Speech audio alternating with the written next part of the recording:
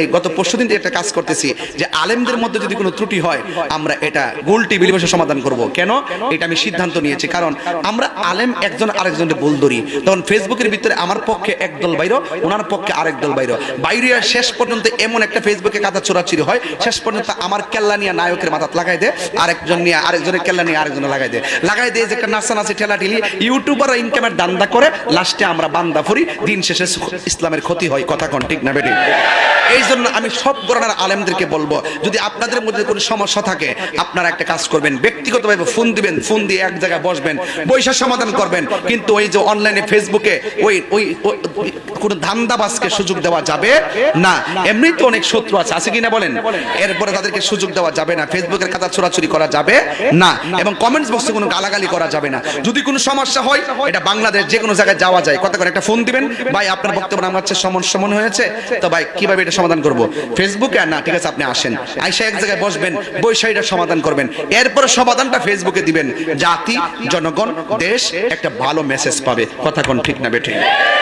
তৃতীয় পক্ষ আর সুযোগ নিতে পারবে না। কথা কোন ঠিক কিনা? কিছু কিছু লোক আছে মজা মারে, এই জন্য এই সুযোগ দেওয়া যাবে না। ওই ধান্দাবাজদের ধান্দাকে বন্ধ করে দিতে হবে। কথা কোন ঠিক না ঠিক? আল্লাহ পাক আমাদের সকলকে বোঝার তৌফিক দান করুক, আমিন। আরেকটা কথা বলে দিই, শেষ কথা, আখিরি কালাম, শেষ কথা হলো মা বাপের মনে কখনো কষ্ট দিবেন না। মা বাপের মনে কষ্ট দিয়ে আমার সামনে বসে ওয়াজ শুনবেন, এত বড় স্পর্ধা আপনার মতন মুড়ি তাহিরি দরকার নাই। যেই পিসাব বলবে মা বাপের সেবা লাগতো না, আমি তো তোর সব, এটা পিসাব না, এটা সকালবেলার পেশাব। এই ফলাফান্ডে 3 বার কোটি ওই পিসাবরে আমরা মানি,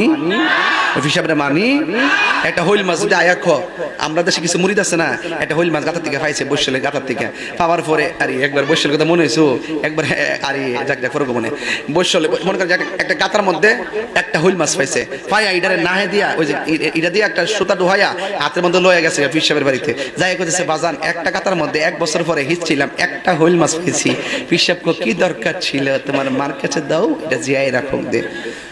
দরকার ছিল পিসাবরে বলার যে একটা হইল পাইছো তোমার মা বাপ লইয়া খাও। এই কথাটা বলার পরে যদি ফুলা যদি বাড়িতে হইল মাছটা লয়ে যেত, আমার মনে হয় যে পৃথিবীতে এমন কোনো মা বাপ নাই যে কইতো না যে পুত্রে তোর ফিরে বাড়িতে লয়ে গেছো, আমার লাগে পাঠাই দিছে, পুত আমি পাইছি, আমি খাইছি, যা আমি তোর অনুমতি দিলাম, তুই তোর পিসাবের কাছে লয়ে যা। কথা কোন ঠিক নেই? ঠিক নেই, কথা ঠিক নেই। এই জন্য যুবক ভাইরা, মা বাপ তোমার শত্রু না, মা বাপ তোমার বন্ধু। এই জন্য আল্লাহ পাক আমাদের সকলকে মা বাবার খেদমত করার তৌফিক দান করে, বলেন আমিন।